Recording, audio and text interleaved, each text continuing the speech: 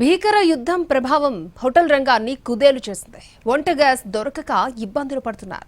Gas దొరక్కపోవడంతో వంట చేయడానికి కట్టెలు పొయ్యి ఉపయోగించే పరిస్థితి నెలకొంది. కట్టెల ధర కూడా రోజురోజుకు పెరుగుతున్నాయి. పెద్ద హోటళ్లలోనే ఈ పరిస్థితి ఉందంటే చిన్న చితక హోటళ్లలో పరిస్థితి ఏ విధంగా ఉందో అర్థం చేసుకోవచ్చు. గ్యాస్ పై 20 నిమిషాల్లో వంట వండితే కట్టెల పొయ్యిలో మాత్రం గంట టైం తీసుకుంటుంది. అనంతపురం జిల్లా జాతీయ రహదారి సమీపంలో ఉన్న హోటళ్ల పరిస్థితిపై మరిన్ని వివరాలను మా ప్రతినిధి శ్రీనివాస్ అందిస్తారు.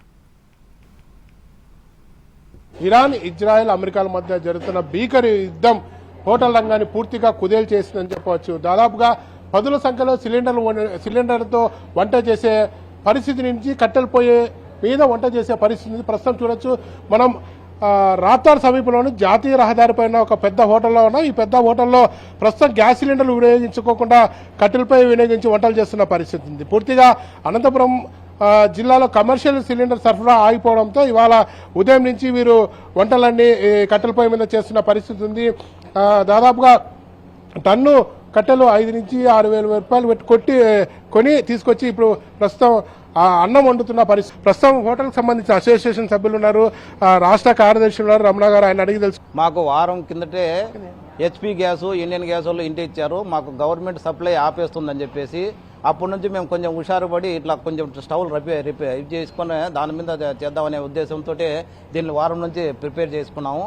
ఇప్పటికైతే మేము మొత్తం జిల్లాల వ్యాప్తంగా కలెక్టర్లకి రివెన్స్లో వచ్చేసి అన్ని జిల్లాల నుంచి రిప్రజెంటేటివ్ ఇచ్చాము. తర్వాత సివిల్ సప్లై ఎండి ఢిల్లీ రావును కూడా కలిసి లెటర్ ఇవ్వడం జరిగింది. వీళ్ళైతే గవర్నమెంట్ నుంచి అయితేనేమో మాకు ఇబ్బంది కలుక్కోకుండా చేస్తామని చెప్పేసి వాళ్ళు హామీ ఇస్తున్నారు. కాకపోతే లోకల్ డీలర్స్ దగ్గరికి వచ్చేతలకి ఈ రోజు ఒక్కటే ఇస్తామని చెప్పేసి వాళ్ళు చాలా కడాఖండిగా చెప్తున్నారు. ఏం చేయాలో తెలియని ప్రస్తుతం అనంతపురం అసోసియేషన్ సభ్యులుగా ఎన్ని మొత్తం హోటల్ చిన్న చితక హోటల్స్ కలిపి పెద్ద హోటల్స్ వరకు ఎన్ని ఉన్నాయి? ఈరోజు కమర్షియల్ సిలిండర్ ఎన్ని ఉపయోగిస్తారు? హోటల్స్ వచ్చేసి పెద్ద హోటల్స్ ఒక 50 దాకా ఉంటాయి. చిన్న హోటల్ అన్నీ వచ్చేసి దాదాపుగా ఒక లోకల్గా ఫుట్పాత్ మీద వచ్చేసి ఒక 1000 దాకా ఉంటాయి. రోజుకు 500 సిలిండర్లు కన్జంప్షన్ ఉంది అనంతపురం ఒక్కటే. ఆ 500 సిలిండర్లో కనీసం మాకు 100-150 సిలిండర్లు సప్లై చేసినా కూడా ఏదో ఇట్లా కట్టెల పొయ్యి చేసేటి కొన్ని ఉంటాయి, అవి చేసేసుకొని మిగతా కంపల్సరీ మనకు ఆక్సిజన్, మనిషికి ఆక్సిజన్ ఎలాగో ఈ సిలిండర్లు కూడా మాకు హోటల్కి అలాగే అన్నమాట. ఆ సిలిండర్ లేనిది ఒక్క రోజు కూడా పని జరగదు, బంద్ చేయాల్సిన పరిస్థితి ఏర్పడుతుంది. ప్రస్తుతం కట్టెలు కొన్ని తీసుకొచ్చారు కదా, టన్ను ఎంత పడింది? ప్రస్తుతం టన్ను 5,000 నుంచి 6,000 రూపాయలు పడుతుందండి టన్ను. ఇది కూడా డిమాండ్ పెరిగిపోయింది వుడ్కు కూడా. ఇప్పుడు ఈ విధంగా గ్యాస్ సప్లై కాకుండా ఉంటే కన్నా హోటల్ ఇండస్ట్రీ మూతపడే రోజులు దగ్గరికి వచ్చినాయి.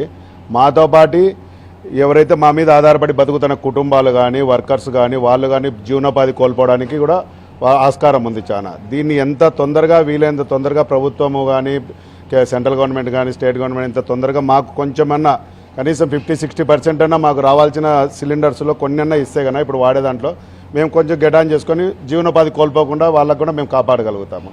లేదంటే ఇండస్ట్రీ మూతపడితే అందరికీ లాస్ అవుతుంది మొత్తం అంతా. అన్ని హోటళ్ళు కూడా బంద్ చేసే పరిస్థితిలో వస్తూ ఉంది.